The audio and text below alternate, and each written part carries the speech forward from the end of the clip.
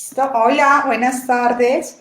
Bienvenidos a un capítulo más de encuentros sobre investigar el patrimonio cultural. El día de hoy estamos acompañados de la artista plástica Anjulei Urrego. Ella es maestra en artes plásticas y visuales de la SAP y magíster en estética e historia del arte de la Universidad Jorge Tadeo Lozano. Actualmente trabaja como docente de la Escuela de Artes y Ciencias de la Comunicación de la Corporación Universitaria UNITEC. Es investigadora en el ámbito del patrimonio del arte, en el ámbito del arte, la cultura, el patrimonio y la identidad nacional. Sus investigaciones han sido presentadas en escenarios académicos y artísticos nacionales e internacionales y en publicaciones indexadas. Ha sido jurado en diferentes premios nacionales, ganadora de la beca de circulación primera etapa en el año 2018 y del premio de ensayo sobre arte en Colombia de Lidartes en el año 2019. Su tesis de especialización, de la que vamos a hablar un poco el día de hoy, se llama Nación e Identidad, reinvención del Museo Nacional de Colombia frente a un país pluriétnico y multicultural. Dos casas de estudio. Bienvenida, Anjulei, ¿cómo estás? Hola, buenas tardes, Gina. Buenas tardes para todos. Muchísimas gracias por invitarme a compartir este espacio. ¿Sí me escuchan bien? Sí, se escucha perfectamente. Ok, gracias. Listo. Bueno, cuéntanos un poquito de ti, cómo terminaste estudiando artes plásticas y cómo después de estudiar artes plásticas te fuiste dedicando hacia el campo de la investigación. Bueno, esa historia es bien interesante. Yo estudié en un colegio en el que había un énfasis en artes. Entonces, digamos que siempre tuve en la cabeza, mi decisión era estudiar artes plásticas y siempre quise estudiar artes plásticas en la SAP. Para mí eso no era negociable. Para mí no había facultad de la Nacional, no había otra universidad, sino quería estudiar en la SAP. Por el énfasis en el arte contemporáneo, digamos que siempre estuve enamorada de la academia. Eh, Hice todo mi proceso académico normal, me gradué en los tiempos que corresponde y todo el tema, pero al final de la carrera tuve como una crisis ahí medio existencial importante. Eh, Debo decir que en la academia el último nivel de historia del arte es historia del arte colombiano, y hasta el día de hoy aún lo dicta el maestro John Castell. Y las clases con John son increíbles, son unas clases maravillosas porque él mismo hace parte de esa historia del arte colombiano. Entonces, a medida que él va contando la historia, eh, y uno lee textos de Álvaro Barrios, de Marta Traba, pero entonces él empieza a recordar, no, pero esto no es verdad porque en tal exposición lo que pasó fue esto. Entonces son unas clases maravillosas porque es la historia del arte a través de los autores que uno lee y a través de la vida misma de John. Eh, entonces fue un momento muy importante para mí, para mi proyecto de vida, porque básicamente John me hizo recordar que lo que a mí me gustaba del arte no era hacer arte. Yo decidí estudiar arte, pero lo que siempre me gustó del arte desde niña era la historia del arte. Entonces casi que fue como una declaración de vida. Esto es la primera vez que lo cuento, esto no, ni No lo mis había escuchado amigos ni mi familia saben esto. Esto es como una suerte de confesión. Pero el día que me gradué decidí que no iba a hacer obra. Eh, y bueno, mm, Bueno, una decisión eh, fuerte también. claro, pero como te digo, es como después de todo un proceso también de crisis en el que uno dice, aquí algo no está funcionando bien, algo está pasando. Y por fortuna llego a esta clase con John y pues me hace como esculcar al interior y decir, ¿por qué tomé la decisión? Porque siempre quise estudiar arte, ¿no? Y siempre quise estudiar arte porque amo la historia y amo la historia del arte. Entonces, decido buscar una maestría. Empiezo a hacer este recorrido, a buscar universidades en Argentina, bueno, en diferentes lugares, una maestría que fuera en historia del arte, y pues empiezo a encontrarme con los pensum, ¿no es cierto? Y en Argentina, por ejemplo, tú analizas los planes académicos y te das cuenta que la mitad del tiempo de estudio es enfocado en arte local. Entonces yo decía, ¿para qué carajos voy a irme a otro país a estudiar solo por tener un título de estudié en otro país? Cuando a mí lo que me interesa es el arte de mi país, es la historia del arte colombiano y una mirada latinoamericana, pero desde acá. Entonces desistí de la idea de estudiar en otro lado y empecé a buscar universidades aquí. En ese momento estaba recién creada, tal vez tenía una cohorte nomás, esta maestría de la Tadeo, se llama Maestría en Estética e Historia del Arte.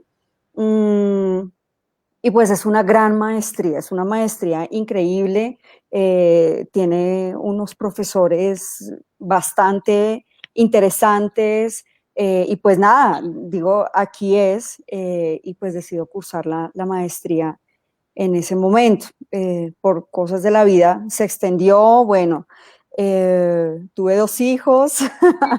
eh, La vida siguió pasando en paralelo. Claro, claro, claro, eso todo va sucediendo.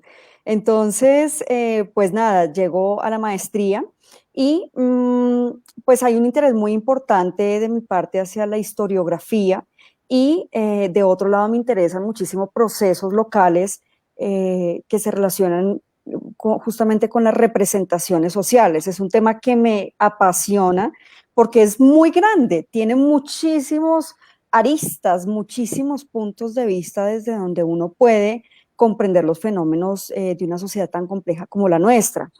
Mm, bueno, llegó también allí, digamos que hay un cruce de muchos intereses. Llegó el Museo Nacional, me interesa muchísimo, es una institución eh, que amo. Mm, y digo, bueno, me encuentro en un momento con una pregunta acerca de la Constitución de 1991. Me llama poderosamente la atención el hecho que está en el 91 se declarara que Colombia es un país pluriétnico y multicultural.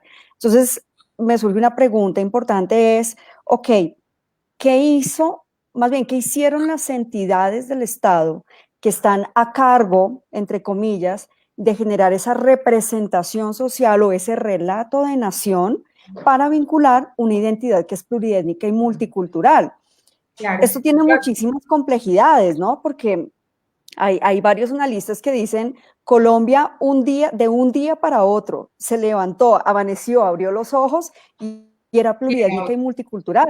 Claro, tú revisas la Constitución de 1886 y hay un desconocimiento absoluto de culturas indígenas y pues ni más faltaba, era 1886. Lo increíble no es que la Constitución del 86 desconociera como esas cualidades pluriétnicas y multiculturales, eso no es lo increíble es que en 1991 aún no se hubiera hecho ese reconocimiento, ¿no?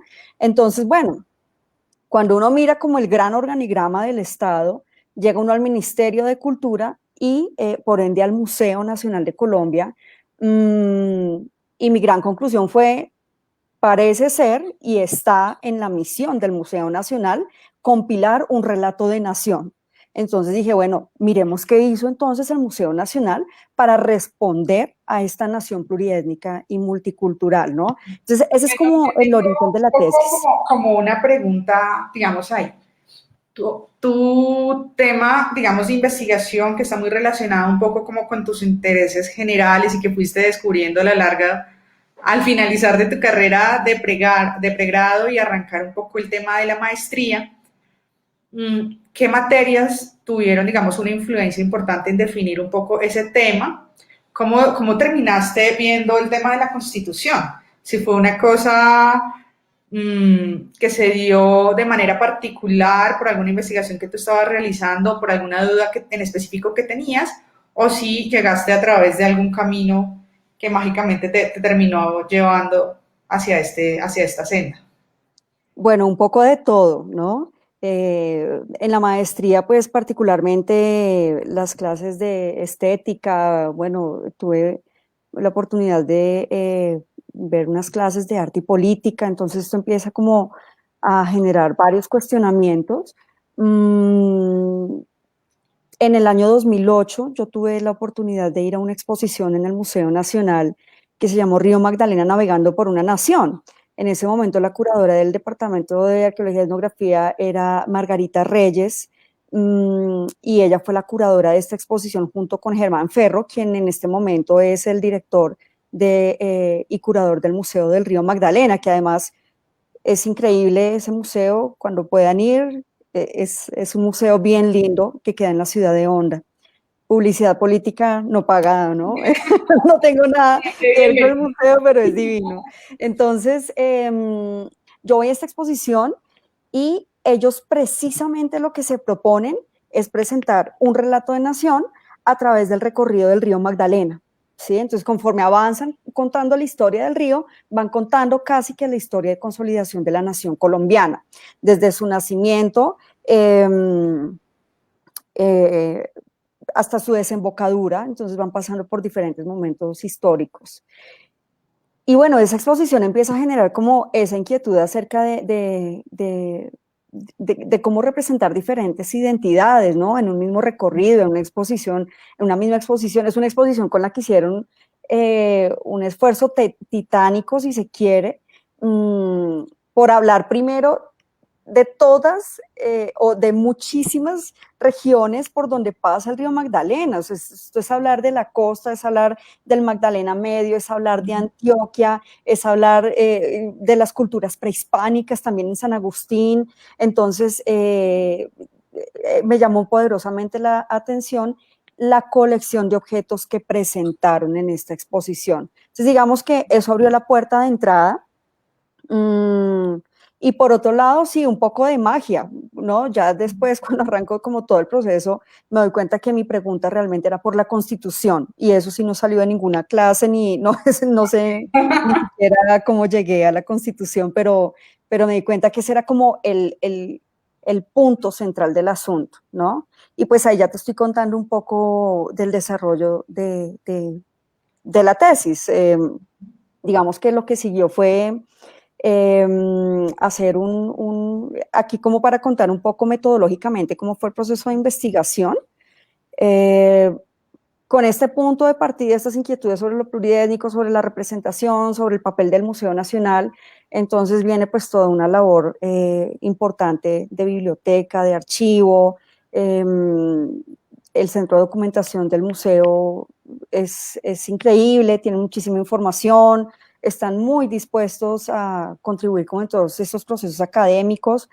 Entonces, en el museo encuentro que cuando sale la Constitución del 91, digamos que hay una cascada de renovación de documentos fundacionales y de planes estratégicos de todas las entidades. Entonces, primero se renueva como el plan estratégico decenal del Ministerio de Cultura, luego se renueva, se crea un plan estratégico decenal del Museo Nacional, pero digamos que es un proceso bonito porque el museo no lo hace de manera arbitraria, sino que genera una serie de espacios, de foros, de seminarios. La cátedra Ernesto Restrepo estuvo dedicada 100% a repensar el museo, un museo para los colombianos, con unos expositores impresionantes. Esa cátedra se denominó Museo, Memoria y Nación, un museo para los ciudadanos del futuro, creo que es el nombre exacto.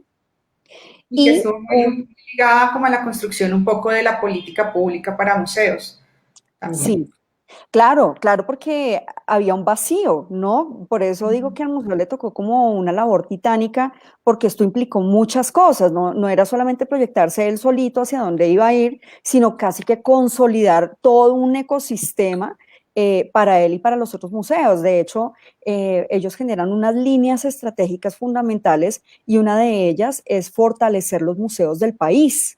Entonces, no están pensando solamente en la labor del Museo Nacional, sino en cómo el museo, porque finalmente es el Museo Nacional de Colombia, no de Bogotá, ¿no? Entonces, cómo el museo puede llegar a otras regiones, tiene una apertura a otras regiones, cómo el museo fortalece los públicos, educa al público, fortalece otros museos y pues claramente vincula relatos no hegemónicos de nación. Esos son un poco en resumen como Las tres funciones casi que delimitan ahorita, digamos, el quehacer del Museo Nacional. sí, sí, sí, sí. Sí, un poco mi gran conclusión después de todo ese proceso es que las exposiciones que el museo hizo durante ese decenio 2001, 2010, ese plan estratégico era 2001, 2010, todas esas exposiciones permitieron que el museo se renueve tal como lo está haciendo hoy en día. Las salas que tiene en la actualidad son fruto de ese proceso. Si no hubieran hecho esa experimentación, no habría llegado el museo a lo que es ahorita. En contra de muchísima gente, en contra, para nadie es un secreto, incluso, por ejemplo, las dificultades que tuvo Cristina Lleras, directora en su momento, eh, por ejemplo, con la misma maestra Beatriz González, que venía también de otra tradición de lo que era el Museo Nacional, ¿no? Entonces, no fue fácil, no fue un camino sencillo, pero trataron de trazar esto muy de la mano con la academia, con los especialistas, con los artistas y también con el público. Cuando uno lee las fichas, las encuestas que realizaron en muchos lugares del territorio nacional, pues es bastante interesante encontrar qué es lo que los niños de esa época querían ver en el museo, qué es lo que las personas que entraban un domingo de ciclovía como desparchados, ¿no? ¿Qué era lo que querían ver en el museo? Entonces la gente decía, yo quisiera que en el museo hablaran del reinado de belleza, que hablen de Pablo Escobar, que retraten el narcotráfico. Bueno, hay una cantidad de temas que la gente quería ver, objetos. Entonces, aquí, ¿por qué no está ¿cómo se llama esto? Como bueno, la toalla o esto que usaba el mono Jojoy, bueno, la gente ya estaba proponiendo, anticipándose y A los reconociendo que todos esos objetos hablaban de una historia de la nación. sí, totalmente. Bueno, yo sé que tú nos tenías una presentación preparada un poco para ver el tema y antes de entrar a la presentación, o bueno, no sé si la tengas dentro de tus pensados, hablemos un poco de la definición del alcance. Cómo saber en un tema de una investigación que es netamente pues, analítica, teórica, cómo saber hasta dónde llegar y cómo medirse sus fuerzas frente al tema de una maestría. Eso es tremendo porque uno siempre quiere salvar al mundo, ¿no? Entonces definir esos límites no es tan sencillo.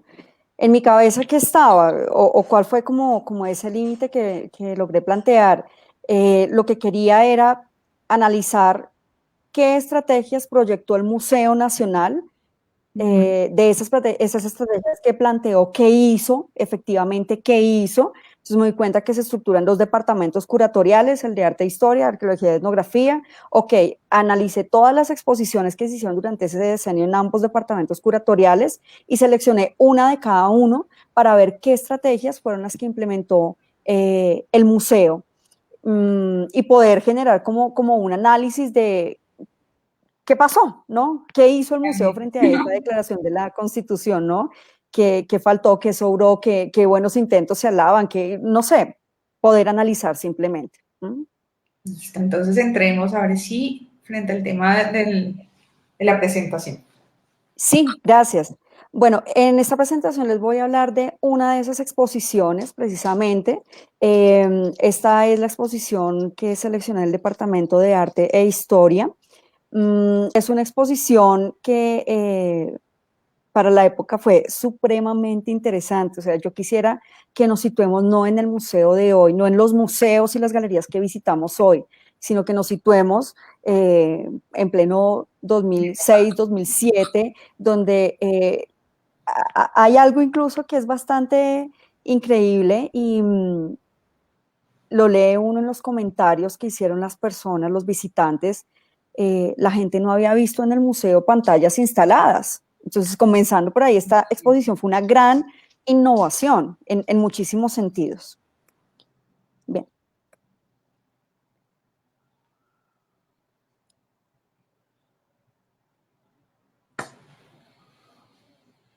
vamos a ambientar esto aquí un par de segundos. No sé si se escucha. No, no se escucha. Ahora sí.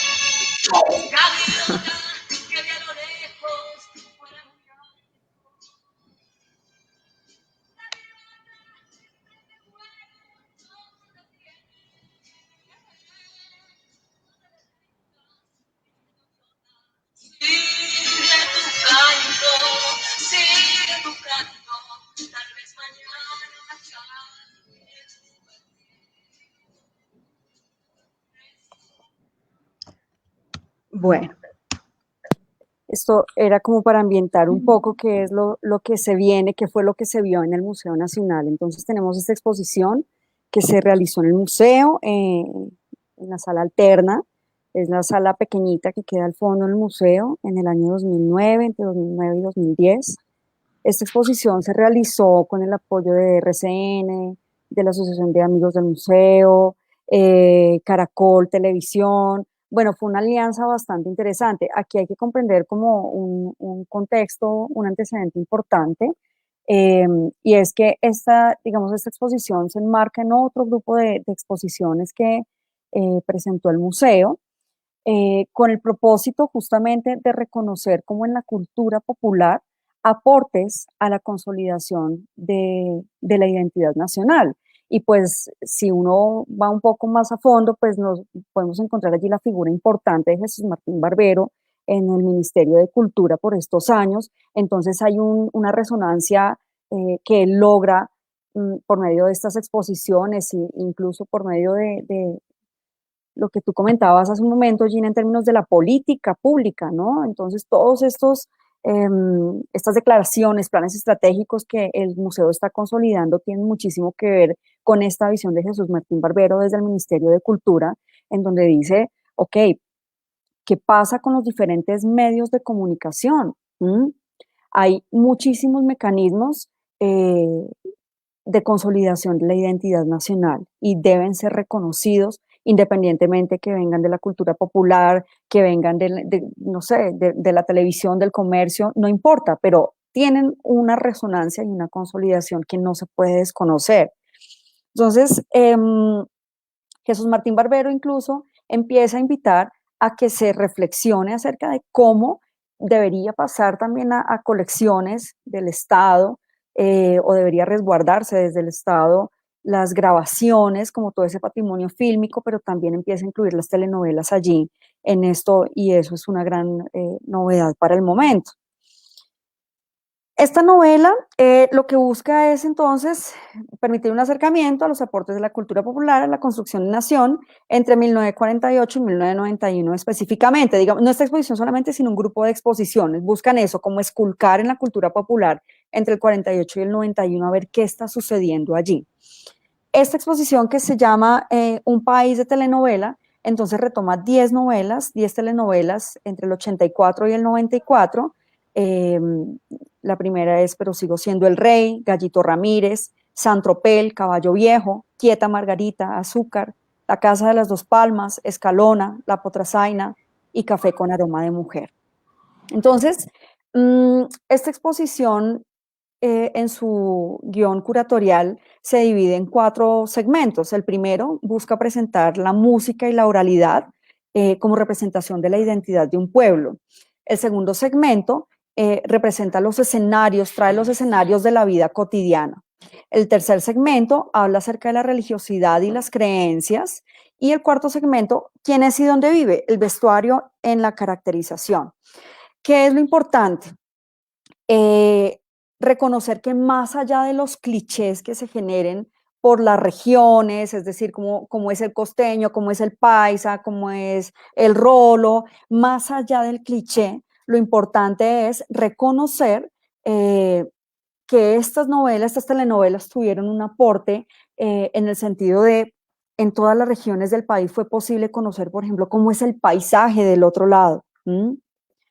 Cuando vamos a Cornelius Castoriadis o a Benedict Anderson, en sus definiciones de imaginario de nación, pues se plantea que un imaginario de nación se consolida a partir de lo que la gente cree que comparte con otras personas. Nunca va a llegar a conocer a la totalidad de personas con quienes comparte un territorio, pero comprende que no está solo, comparte un territorio, un idioma, unas creencias, etcétera, etcétera. Entonces, todo eso es lo que va consolidando ese ejercicio de identidad, y en este caso, pues las telenovelas fueron muy importantes. Además, bueno, Jesús Martín Barbero también reconoce la Vuelta a Colombia. La Vuelta a Colombia permitió que alrededor del ciclismo se reconociera entonces cómo es el paisaje del páramo, bueno, los diferentes paisajes del país. Entonces, insisto, aquí lo importante es reconocer cómo en el caso de estas telenovelas, se hace un aporte desde la música,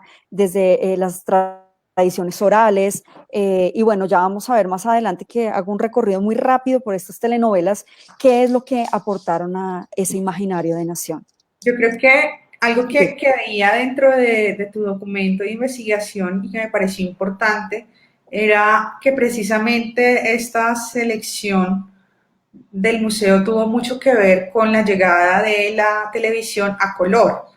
Y entonces casi que uno podría marcarse hitos de momentos diferentes a lo largo del siglo XX, en donde tenemos un tiempo en donde no hay televisión, tal vez otro momento en donde hay televisión, pero es un poco restringida, exclusiva casi que para algunos círculos sociales y que es televisión a blanco y negro, pero que también en paralelo está la radio y las radionovelas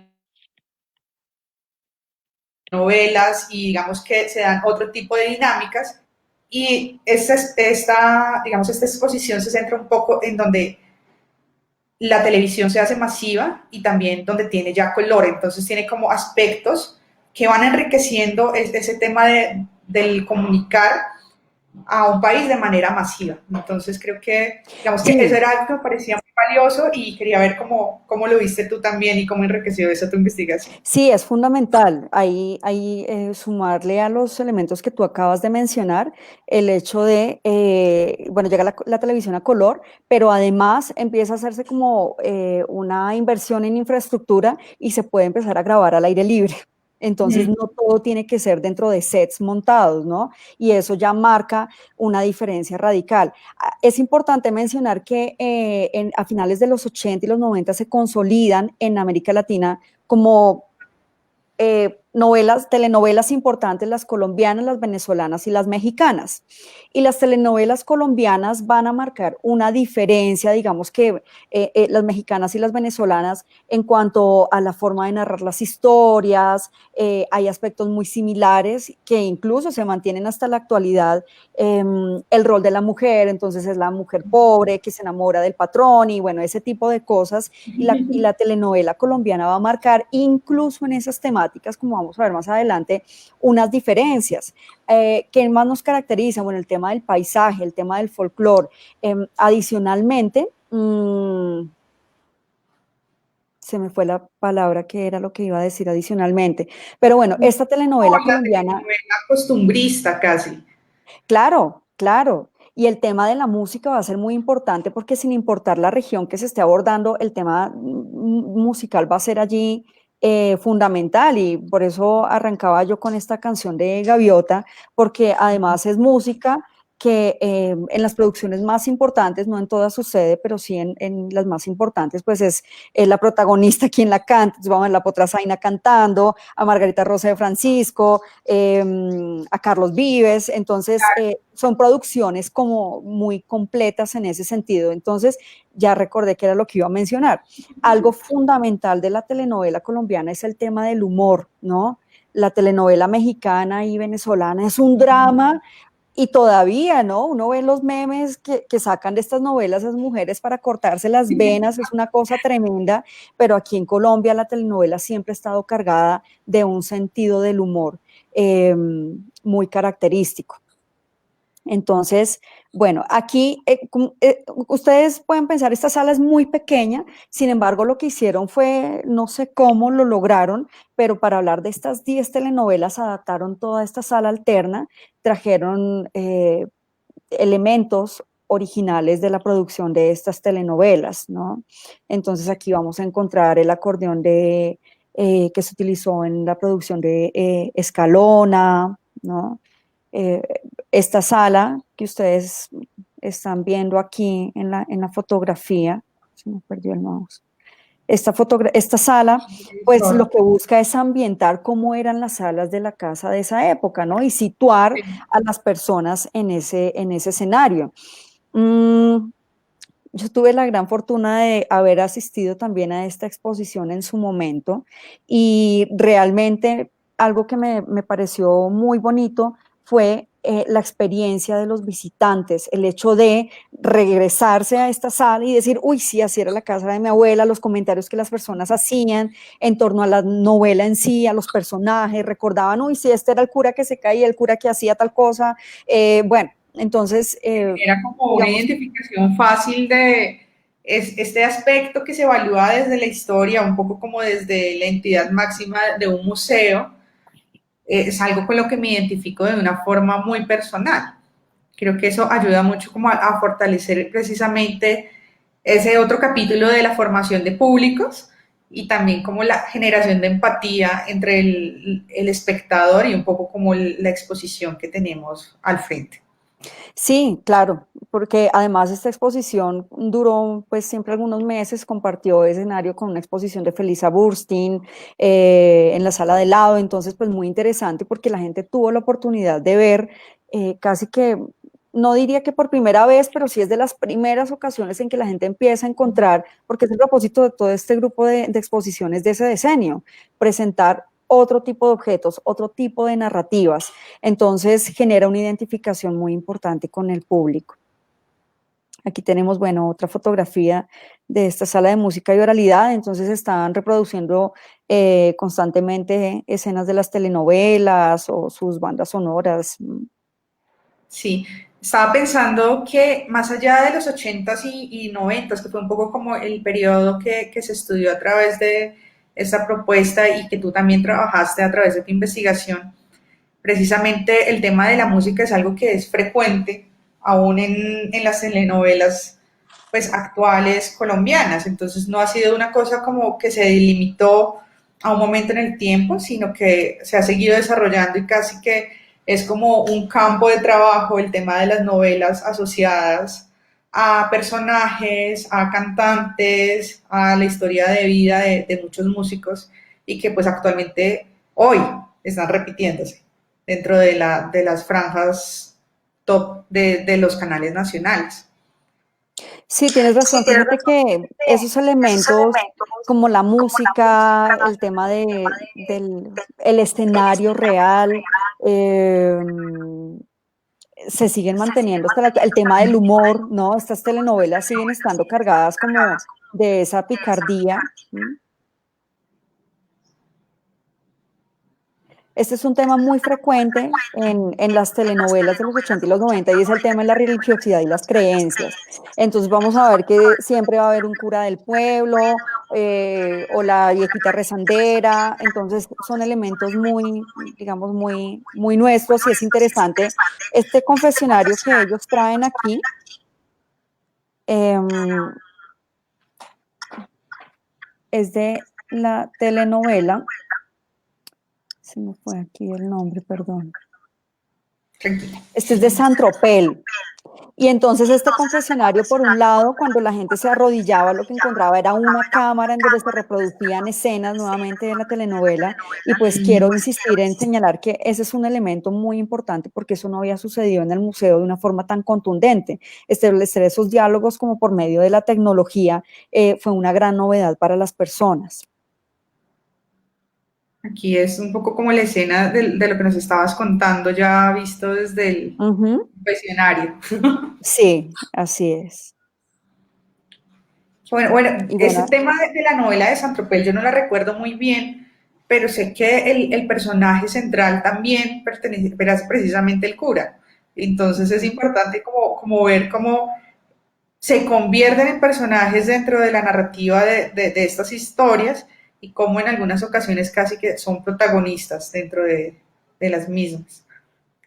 claro, y fíjate que son tan importantes estas telenovelas que en el caso de Carlos Vives y Margarita Rosa de Francisco, la niña Mencha, pues terminó en un matrimonio real, en la vida real, ¿no? Fue un evento impresionante y realmente no duró nada, se dieron cuenta que ellos ni se querían ni estaban para estar juntos, pero simplemente fue como se dejaron llevar por ese fervor de que eran la pareja perfecta, que la novela se salió de control y los llevó a un plano de lo real.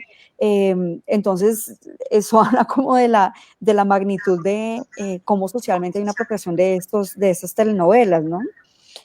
Aquí en este ámbito de el vestuario y la caracterización, entonces tenemos prendas, la camisa de Gallito Ramírez, tenemos aquí justamente este vestido de flores, lo vamos a ver más adelante, pero quisiera que lo tengamos presente. Ujú. Voy a hablar rápidamente, voy a hacer un recorrido muy rápido por cada una de estas novelas, Dale. señalando algunos elementos fundamentales. Pero Sigo siendo el rey, novela de 1984. Bueno, vamos a encontrar aquí que el elenco pues, de actores top se va a repetir en muchísimas telenovelas, ¿no? Gallito Ramírez, 1986, esta telenovela se graba en la costa, entonces Gallito Ramírez la tenemos en Cartagena. Empieza a suceder algo y es que estas novelas presentan una inversión del rol de la mujer, ¿no? Entonces, en este caso, insisto, no es como sucede usualmente en la novela mexicana, que es la mujer pobre que se enamora del patrón y entonces como toda una tragedia para poder convertirse allí como en su esposa, sino que aquí sucede lo contrario. Entonces, esa es una característica que vamos a encontrar de manera recurrente en las telenovelas colombianas.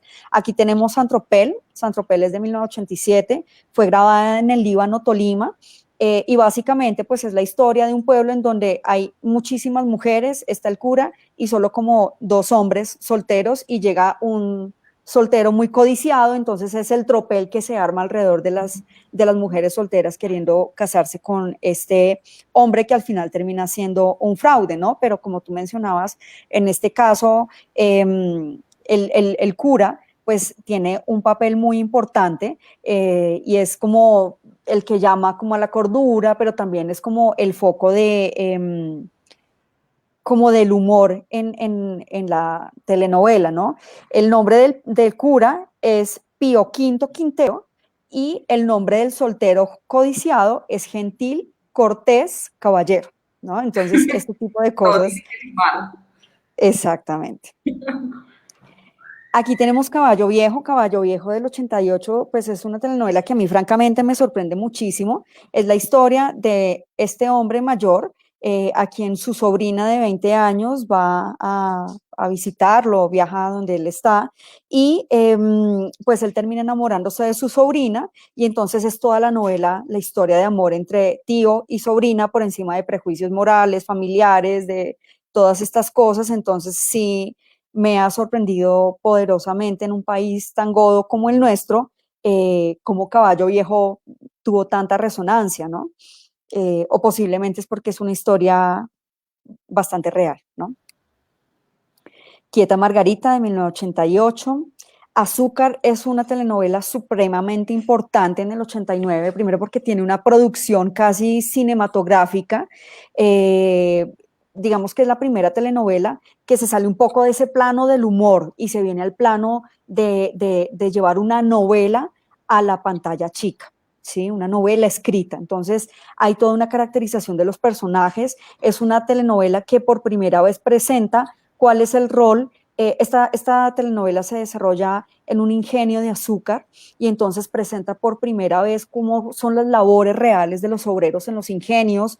Hay un conflicto allí entre el tema del negro y la familia blanca. Entonces también por primera vez hay actores negros ejerciendo un rol protagonista en la telenovela. Entonces, Azúcar es bastante importante. La Casa de las Dos Palmas sucede igual, entonces es una novela que da el salto a la pantalla chica, también con una producción impresionante, también deja un poco de lado el tema del humor y se centra más como en esa producción completa del desarrollo de los personajes, su intención psicológica. Estas telenovelas se diferencian de las que acabamos de ver antes en ese sentido. Escalona. Escalona es muy importante. En 1991 se graba en Valledupar. Claramente a Rafael Escalona ya se le conocía en el país, su música ya se escuchaba en todo el país. Sin embargo, por medio de esta telenovela se logró presentar de dónde es que sale el vallenato. Permitió mostrar quién era Rafael Escalona y de dónde salían esas letras, que no eran letras escritas por allá gracias a la musa, a la visita de la musa, de la inspiración en la madrugada, sino que realmente obedece a una tradición oral que cuenta las experiencias de vida cotidianas. Entonces logró dotar, creería yo, de mayor importancia eh, a toda la obra del maestro Escalona. Entonces esta novela es bien importante también. La Potrasaina, pues es grabada en los llanos orientales. Esta historia también, digamos que altera ese rol de la mujer. Es la historia de un hombre que siempre quiso tener un hijo varón y tuvo a esta mujer, a la Potrasaina, llamada así, y toda su vida ella estuvo luchando por mostrarle a su papá que realmente ella era mejor que si hubiera tenido cualquier hijo varón, ¿no? Entonces es una mujer fuerte, agreste, y bueno, cuando resulta como la historia de amor, pues también es una mujer, es horrible cuando uno lee las referencias de esta telenovela, pero la llaman como indomable, o sea, es una cosa, no voy a profundizar ahí porque sería tema de otra conversación, pero digamos que, insisto, aquí encontramos un patrón común en estas telenovelas y es la intención de subvertir ese rol de la mujer en la telenovela en Latinoamérica en términos generales. Y finalmente Café con aroma de mujer de 1994, que tal vez sea más cercana. Entonces esta es grabada en el eje cafetero, es la historia de dos mujeres que son recolectoras de café. Entonces también esta telenovela se inserta de una forma bastante certera, si se quiere, para mostrar cuál es el rol real de los recolectores de café, cómo es su vida, cómo son las fondas a donde salen después a tomarse un aguardiente, cómo es esa vida, digamos, muy fiel en ciertos aspectos, ¿no? Entonces, pues digamos que ese es el gran resumen ejecutivo de estas telenovelas. Sí, yo ¿Qué es lo que lo que sucede? Dime. estaba viendo un poco como con estas novelas, ahora que tú haces como la presentación general de las temáticas que manejaban cada una, es ver precisamente que los territorios en los que se desarrollan no son novelas urbanas, son novelas muy rurales que tienen que trabajan un poco como el tema de, o bien se desarrollan en el campo o a lo sumo se desarrollan al interior de un pueblo, pero no tienen como esa característica que tienen muchas novelas de pronto más actuales, más recientes, que tienden más hacia ser urbanas que rurales. Entonces creo que es importante ver como un poco esas novelas también trabajan temas en paralelo del cómo se va construyendo ese ciudadano colombiano. Sí, fíjate que por eso para el caso específico de mi investigación resultó tan significativa esta exposición. Primero por la apertura del Museo Nacional a unos lenguajes que no provenían del mundo del arte por primera vez. Ese diálogo con la televisión, una cosa es el cine y otra cosa es la televisión, y el museo no había establecido nunca ese diálogo con la televisión, entonces es muy importante como esa interacción del museo, traer estos nuevos lenguajes, reconocer que allí hay un valor patrimonial, que hay un valor identitario de la nación que se suma a ese relato que el museo va hilando poco a poco por medio de sus exposiciones. Y por otro lado, lo que tú acabas de mencionar, ya específicamente pensando en la consolidación de esa identidad nacional que mencionaba hace un rato, pues estas novelas son importantísimas por lo que tú has mencionado. La música, el paisaje es fundamental, porque es que en la medida, estamos hablando de una época en la que no hay internet, entonces la única forma de conocer cómo viven en otro lugar, pues es por lo que cuenta el que llega de viaje, ¿cierto? Por el cliché que se genera, por el estereotipo, pero cuando yo puedo ver en la telenovela, que claro, es que Valledupar es un lugar supremamente caliente, la gente anda ligerita de ropa, digamos que la gente se tiene confianza, la gente es muy cercana, pues no es lo mismo esto que una persona del interior, que anda abrigada, que anda encerrado, que es más distante, que no es tan cálido socialmente. Entonces esto tiene muchísimas implicaciones en ese imaginario de nación. Sí, totalmente. Si quieres, pasamos a la siguiente o... Sí, aquí viene como, esto fue un hallazgo no esperado de la investigación y quisiera socializarlo con ustedes porque resulta que cuando termina esta exposición, estas empresas, estas productoras, Caracol, RCN, realizan al Museo Nacional una donación de objetos, eh, lo cual es lo que más me interesa dejar aquí como una pregunta abierta en este espacio académico que ustedes están abriendo desde la mirada del patrimonio. Porque cuando uno piensa en la colección de objetos del museo, pues estamos pensando es aquello que al Estado, representado en el Museo Nacional, digamos, el Estado le otorga ese valor de importancia, de consolidación, de parte constitutiva, pues, de la sociedad. O sea, es un objeto tan importante que el Estado tiene que resguardarlo. Entonces, cuando uno ve que empiezan a donar los objetos que les va a presentar a continuación, pues uno se pregunta muchísimas cosas, porque diríamos, la pregunta es, ¿qué es lo importante para nuestra nación? ¿Qué es lo importante para nuestra identidad, para una identidad pluriétnica, multicultural? Por aquí vi que hace un rato Ricardo Arcos Palma estaba hablando de lo transcultural también. Dime. Aquí lo tenemos, y si después de lo multicultural contemplamos lo intercultural, creo que lo Claro, multicultural finalmente genera guetos culturales. No sé qué sí. opinión tengas. No, pues estoy totalmente de acuerdo, pero en este momento de análisis del museo, en ese momento específico, creo que a duras penas podíamos empezar a hablar de lo multicultural, ¿sí? Creo que, y eso es lo que uno ve en Vamos por estas pasos. exposiciones, que el museo hace un gran esfuerzo, pero en todo caso vemos como una colcha de retazos. Todavía no se lograba y no sé Consolidar. hasta qué punto el día de hoy el relato ya presente como esa idea de interculturalidad. No sé si aún se logre, pero en ese momento cuando el museo estaba dando una lucha contra la institucionalidad misma, contra la tradición de la museología, y en un país godo como el nuestro que hasta el 91 reconoció que habían culturas, etnias, grupos sociales, que habían gays, que habían lesbianos, que no todos eran católicos, entonces hasta el 91, entonces sí era mucho pedir encontrar como algo de interculturalidad en ese momento, ¿sí? Creo que sí es una exigencia para el hoy. Claro, también es como una exigencia en retrospectiva, ¿sí? Es algo que ha debido suceder hace rato, pero bueno, digamos que en el proceso ahí se ha venido consolidando. Les voy a mostrar algunos de los objetos que encontré en las donaciones del museo posterior a esta exposición. Entonces, aquí tenemos grabaciones. Permítame un segundo, por favor. Estos son grabaciones de Heriberto de la Calle. Aquí se entregó al museo todo el legado de Jaime Garzón en Heriberto de la Calle. Este es el acordeón que se utilizó en la novela Escalona, con su estuche.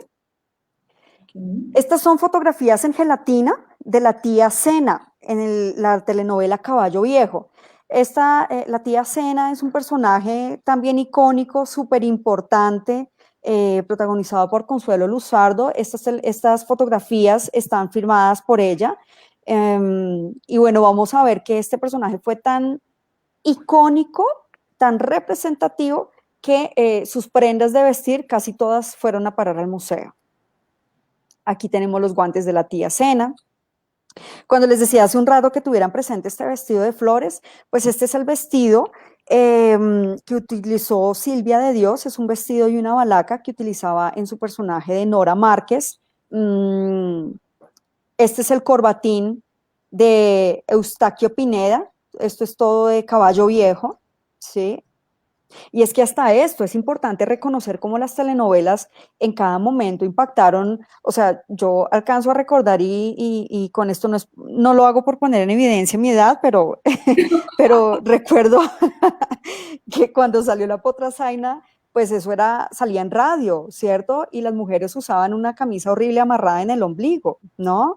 Eh, Sí, entonces cuando salió Gallito Ramírez, yo no vi Gallito Ramírez, es así, ¿no? pero encontré en los registros que la camisa de Gallito Ramírez era una locura y entonces los hombres usaban camisas como la de Gallito Ramírez. Entonces, estas telenovelas claramente tienen un impacto en la realidad. Esta me pareció increíble. Esa imagen que ustedes están viendo al lado izquierdo, una falda roja con esta blusa roja, son un vestido de Betty la Fea, ¿sí? Entonces, cuando uno encuentra un vestido de Betty la Fea en el Museo Nacional, pues es increíble, ¿sí?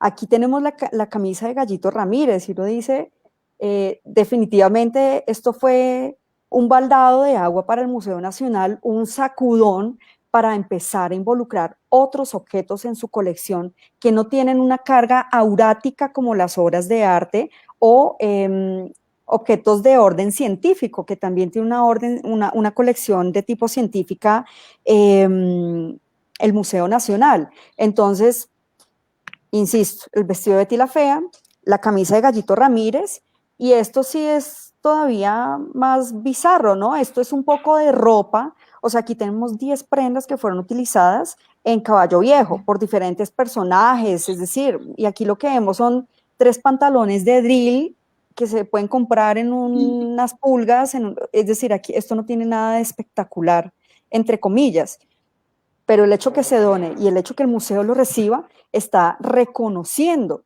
que hay un valor aquí y ese valor no lo está dando el museo en sí, sino que ya se lo había otorgado la sociedad colombiana al reconocer un valor identitario.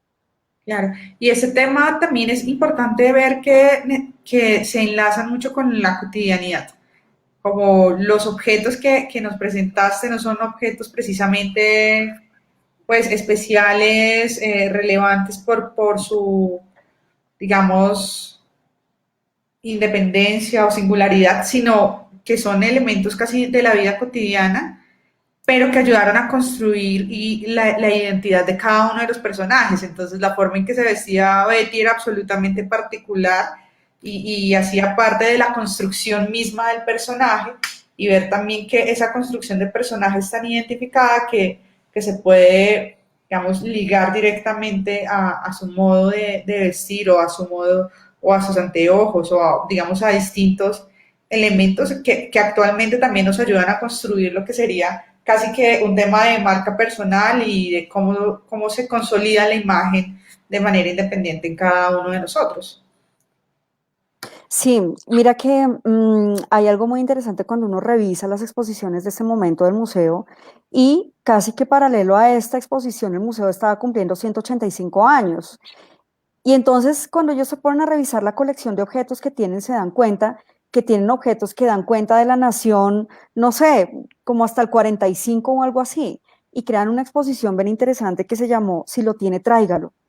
Y lo que buscaba este espacio, más que una exposición, era un espacio, era que la gente, era cuestionar ese concepto del patrimonio. Es decir, el patrimonio de la nación no puede ser aquello que el arte o algunas esferas digan que es importante. El patrimonio de la nación no puede estar representado, para el caso del museo, en los cuadros de los héroes de la patria, en unas banderas viejas. El patrimonio de la nación, en esencia, está rodando entre las personas, ¿sí? Y entonces, si lo tiene, tráigalo, es un espacio donde el museo invita a todo ciudadano a que lleve y done al museo aquello que él considera que es patrimonio para él, para su familia, para la nación. Entonces llegaban pocillos heredados del abuelo, que estuvo en el M19, la pañoleta, no sé, o sea, infinidad de objetos también de uso cotidiano que posiblemente no tenían un valor histórico rastreable, pero sí un valor familiar, fotografías, bueno, diferentes tipos de objetos. Y entonces el museo abrió las puertas y todos estos objetos los recibió con el propósito de ir ampliando su colección hasta la actualidad, ¿no? Entonces creo que en términos, insisto, del propósito de lo que ustedes hacen, de la pregunta por el patrimonio, esa pregunta hay que renovarla, hay que volverla a hacer, ¿sí? Porque es que toda esta producción que viene de la cultura material sigue siendo descartada. y lo que vemos es que las A mí me representaciones recuerda sociales mucho circulan ahí. también este ejercicio que además se replicó posteriormente en otros escenarios y como siempre el Museo Nacional da un poco como línea hacia los ejercicios que se realizan en otros museos y me recuerda también mucho al programa, yo también tengo esa foto, que es la Sí, construcción del árbol familiar de toda Bogotá a través del Instituto Distrital de Patrimonio Cultural. Entonces, uno ve que se agruparon una gran cantidad de fotografías sobre la carrera séptima, de vida, digamos, de vida urbana, de las tías, de los abuelos, y digamos que esa construcción del imaginario del botano, más conectado con el tema precisamente de esa Bogotá que va pasando de lo rural hacia lo urbano, de los distintos tipos de modernismos en distintas décadas, digamos que se enriqueció a partir de la construcción del álbum familiar de toda la ciudad. sí, claro, Seguramente habrá fantástico. otros ejercicios que se nos escapan, pero en la misma Sí, línea. sí, sí. Sí, sí, pero sí, me parece, sí, hay muchísimos, digamos, ejercicios, iniciativas de diferentes entidades, eh, pero yo pienso que a pesar de que había una brecha entre el 2008, cuando se hace esta exposición, y el 94, que fue la última digo, la última novela que se tuvo en cuenta para esta exposición, eh, en todo caso, tampoco hay una distancia histórica tan amplia. Entonces, viene una pregunta para el presente y es, hoy, ¿cuál es nuestro patrimonio? Patrimonio no solo es del pasado, el patrimonio se está consolidando en este momento. Y si vamos a este caso específico de las telenovelas, pues hay una preocupación muy grande, al menos desde mi punto de vista por lo que está pasando. Pues yo no veo televisión, pero lo que pasa en la televisión nacional es muy preocupante con respecto a esa noción del patrimonio. Es decir, vamos a llegar a patrimonializar estas producciones tal como se hizo en estos casos, reconociendo un valor, como ya mencionamos, desde la música, etcétera, etcétera. Eh, ese patrimonio se consolida hoy. Y la pregunta es, ¿qué estamos consolidando? Sí, es una pregunta interesante también ver un poco cómo se han modificado el imaginario frente a este tema de las producciones nacionales. Entonces, pues actualmente también está un poco como el tema de la cuota de la televisión nacional versus la televisión importada o producciones traídas desde el extranjero y ver cómo hay producciones que intentan hacerse un poco más neutrales para poder comercializarse más fácil también en el exterior. Entonces, es ver cómo van incluyéndose otro tipo de problemáticas dentro de las narrativas mismas de las telenovelas, en principio nacionales. Sí, Entonces, sí, sí, sí.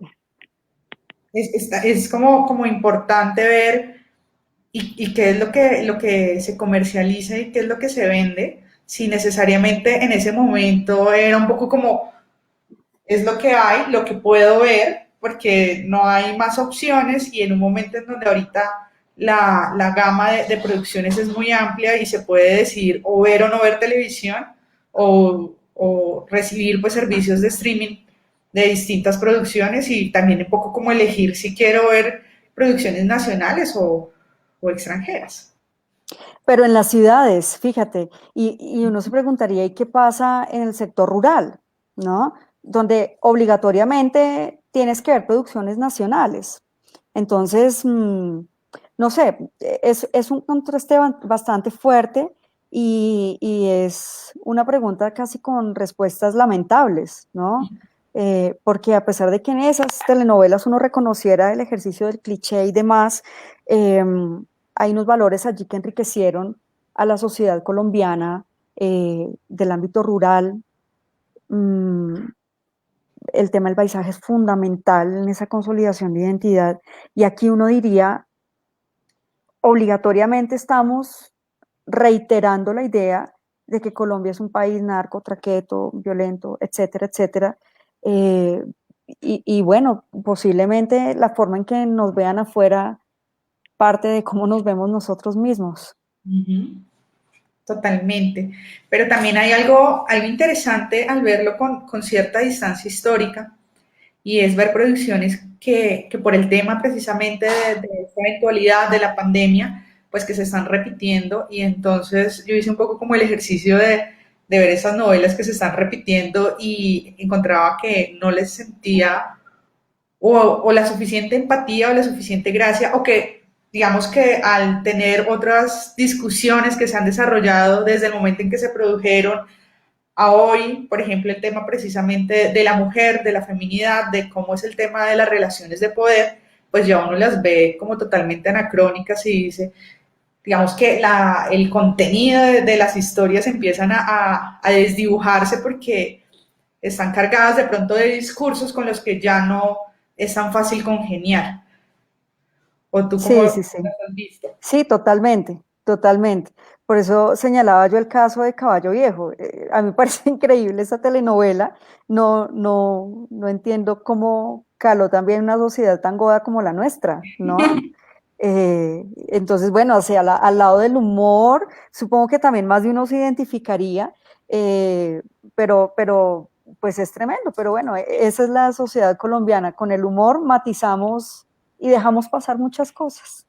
Sí, como mucho más densas y también un poco más complejas. Digamos que es una forma de poderlas hacer digeribles.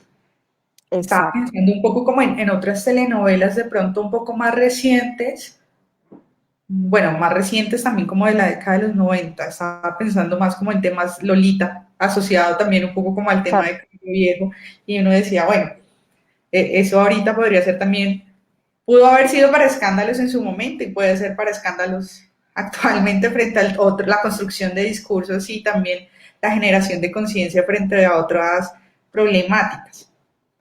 Sí, sí, sí, sí. Pero bueno, finalmente yo pienso que, y en mi ejercicio docente es un poco lo que hago en este momento con los estudiantes. Tenemos un semillero de investigación bien interesante donde abordamos justamente el tema de las representaciones sociales. Es un grupito chévere porque tengo chicos de diferentes carreras diferentísimas, entonces me parece súper interesante comprender las representaciones sociales de una nación como la colombiana desde miradas opuestas, ¿no? No siempre desde el arte, no siempre desde el patrimonio, no siempre desde el ámbito de la cultura. Cómo se analiza desde la gastronomía, desde el turismo, desde el diseño, desde la publicidad. ¿Qué hay para ver? Porque, claro, aquí lo que vamos a encontrar si nos quedamos en la línea de las telenovelas o de las producciones de televisión nacional, pues vamos a encontrar todavía un ejercicio de poder y casi que en este punto va de muchísimo la pena dirigir la mirada hacia otros mecanismos de representación social. El meme me parece a mí una cosa increíble porque sale del ciudadano, ¿cierto? No sé, hay Es como, una como relación otros también más ámbitos que en. horizontal. Es una Dime. relación también un poco más horizontal porque el que construye un meme lo puede hacer desde cualquier ámbito. Y bueno, el meme a mí me parece un tema supremamente interesante también porque yo tengo un hermanito menor que siempre se sabe la historia de cómo surgió el meme, cómo surgió meme X, cómo nació el meme Y, y es casi, ¿habrá en algún momento en donde se estudie memología? Es un poco como la pregunta. Sí, sí. Y fíjate que ahí vuelve a encontrar unos ciertos aspectos como otra vez el tema del humor, cómo suavizamos realidades barbáricas que suceden en este país por medio del humor. Y el meme vuelve a ser esa ventana, pero ya no desde una empresa que la produce, sino desde la gente común y silvestre que está encontrando allí una forma de expresar. Entonces uno dice, hay de verdad muchos espacios en este momento de investigación con relación a cómo ha mutado, cuál es ese imaginario de nación que tenemos en este momento, cuáles son esos diferentes imaginarios que como que funcionan, operan de manera paralela, ¿no? Porque no se puede decir que haya uno solo. Sí, y eso, digamos que vamos enfocándonos ya un poco como para el cierre en cómo es ese ejercicio de investigación dentro del grupo que tú estás coordinando para Unitec, qué carreras están trabajando en conjunto, si es solamente una carrera o si tenemos un tema de trabajo de transversalidades y cómo sientes que se ha enriquecido tu experiencia personal a través de esas distintas apreciaciones que te van llegando desde los estudiantes. Pues mira, es súper interesante. Yo allí tengo estudiantes de diseño gráfico, de publicidad, de gastronomía, de administración hotelera, de cine,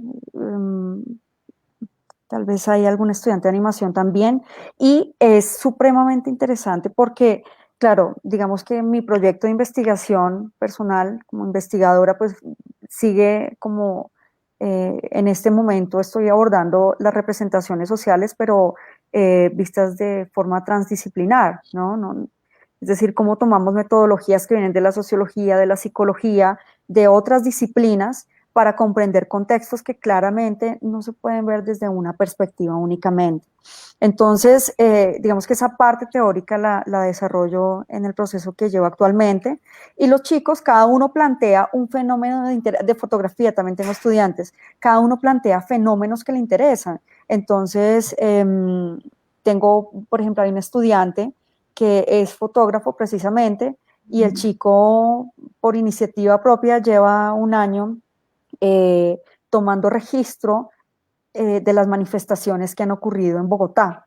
Entonces, digamos que allí él ha encontrado otros ejercicios de representación, de represión sobre esa representación social. Entonces, él tiene una mirada particular sobre la fotografía en sí como elemento político. No la fotografía que produce, sino la fotografía en sí, esa capacidad política que tiene de transformación.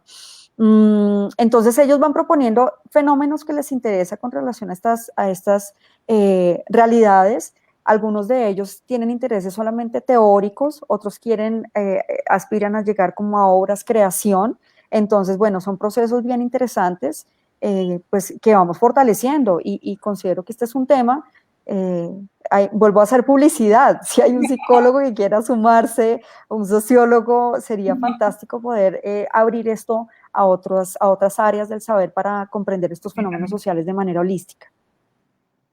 Sí, sí, totalmente, porque yo creo que la construcción un poco de esos trabajos y el enriquecimiento del discurso de lo que es el patrimonio cultural se ha ido como construyendo a partir de ampliar la base e incluir dentro de las conversaciones a otras personas con miradas distintas, desde perspectivas diferentes, desde ejercicios profesionales distintos. Y de pronto un poco lo que hemos visto a lo largo de los encuentros anteriores y un poco con el tuyo es ver cómo esa historia personal permea una duda y se construye a lo largo del tiempo y se va convirtiendo casi que en un tema de investigación. Entonces es un poco como a esos pequeños niños que están trabajando desde sus casas, pues que están investigando sin darse cuenta, de pronto de una forma un poco como autónoma, como esas miradas particulares se enriquecen a través de la academia y después terminan convirtiéndose en investigaciones un poco sin querer, pero que nacen desde los intereses personales. Sí, sí, así es. Porque fíjate que en ese reconocimiento de esos intereses personales, realmente estamos identificando necesidades o realidades colectivas, ¿no? Ese interés personal obedece a una realidad que comparte con muchas personas. Entonces, eso es lo relevante del fenómeno llamado representación social. Sí, totalmente. Bueno, ya un poco para cerrar, te agradezco mucho la participación, el haber decidido compartir un poco de tu experiencia con nosotros y a través de este ejercicio de los encuentros. ¿Qué retos te dejó la finalización de tu documento de investigación y qué nuevas dudas crees que podrías seguir abordando a través de tus distintos, digamos, ejercicios de trabajo? Uy, eso es tremendo porque eso se lo pregunta uno todos los días, ¿no? Pues mira, por una parte, el tema de la política pública me parece supremamente interesante porque finalmente la política pública es la que determina las acciones que institucional y socialmente se van realizando, ¿no? Eh, establece unos alcances para las acciones que se planean y que se ejecutan. Entonces, el tema de política pública me parece muy importante, esto derivado del ejercicio de la Constitución.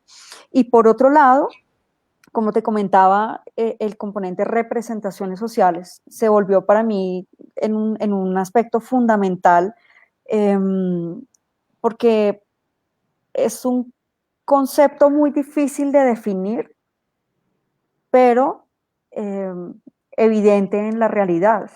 Entonces, poder identificar esos nuevos fenómenos de representaciones sociales para mí es importante y llegar a analizarlos, ¿no? Pero no cómo nos dicen que somos, sino cómo nosotros nos representamos, cómo creemos que somos. Creo que ese es como el cambio un poco de lo que sucedió en esa investigación a lo que estoy haciendo en este momento. No es cómo nos representan, sino cuáles son esos imaginarios de nación y esos mecanismos de representación de los imaginarios que están circulando en este momento.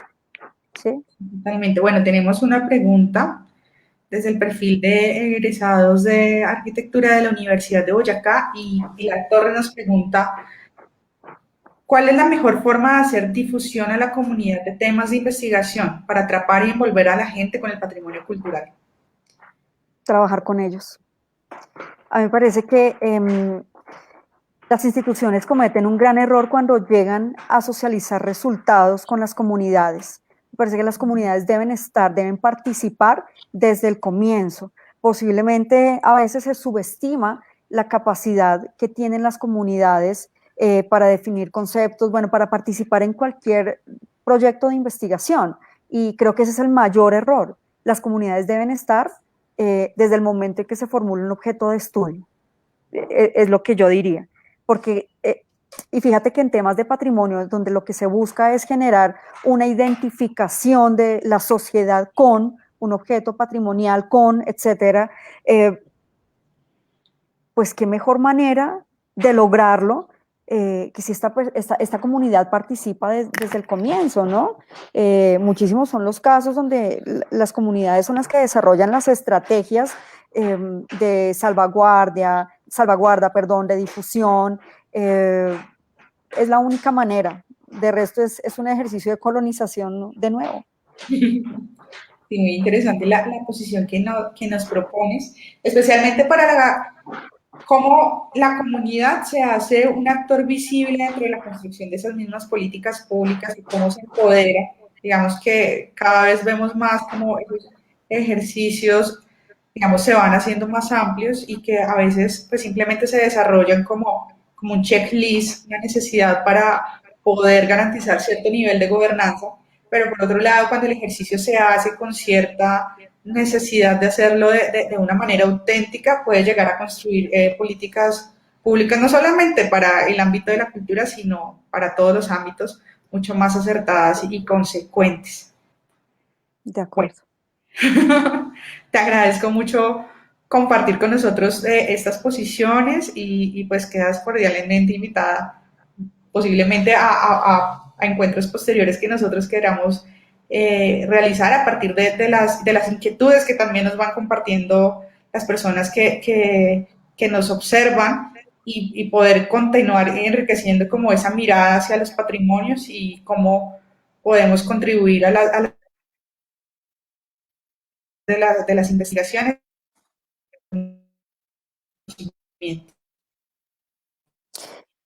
No, Gina, pues muchísimas gracias a ti. Bienvenidos todos estos espacios en los que se consolide comunidad y academia. Gracias por permitirme compartir un poco de la metodología, el propósito, los hallazgos, un poco de toda esta investigación. Y bueno, ¿no? Con toda la disposición para acompañarlos cuando ustedes lo requieran.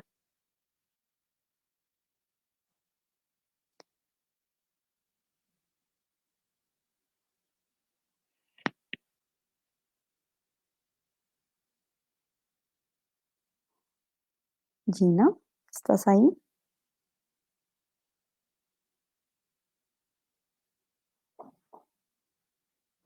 Creo que se nos fue Gina.